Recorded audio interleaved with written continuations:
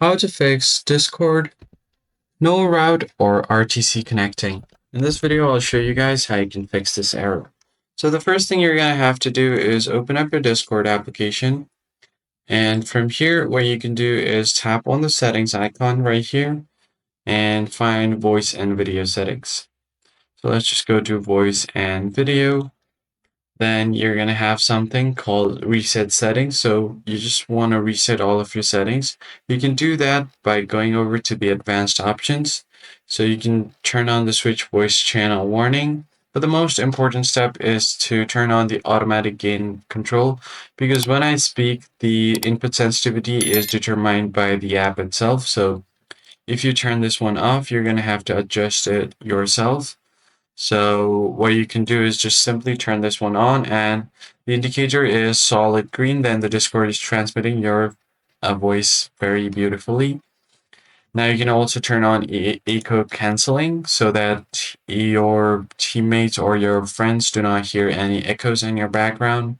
Then you can turn on the noise suppression and make sure you keep it on crisp. And finally, you can choose the advanced voice activity. Turning this off may help your voice is not being detected by the automatic input sensitivity. So you can turn this off and see if this is still glowing green. And once you've done that, you can just close everything out. Then you can open your task manager by right-clicking on the taskbar and going to task manager. If your Discord is running, just right-click on this and then you're going to end task. Now your Discord is closed.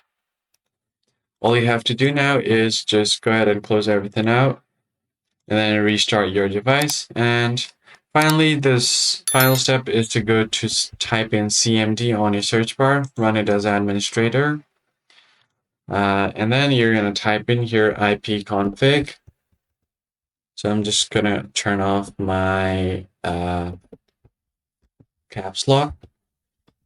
Once you have done that, what you can do is just go to your command prompt and then simply type in ipconfig /flush DNS. Hit enter, and then the DNS has successfully been flushed. Now you can restart your PC and try opening up Discord again. See if that fixes your issue. That's pretty much it, guys. I hope this tutorial was helpful. I'll see you guys on the next one.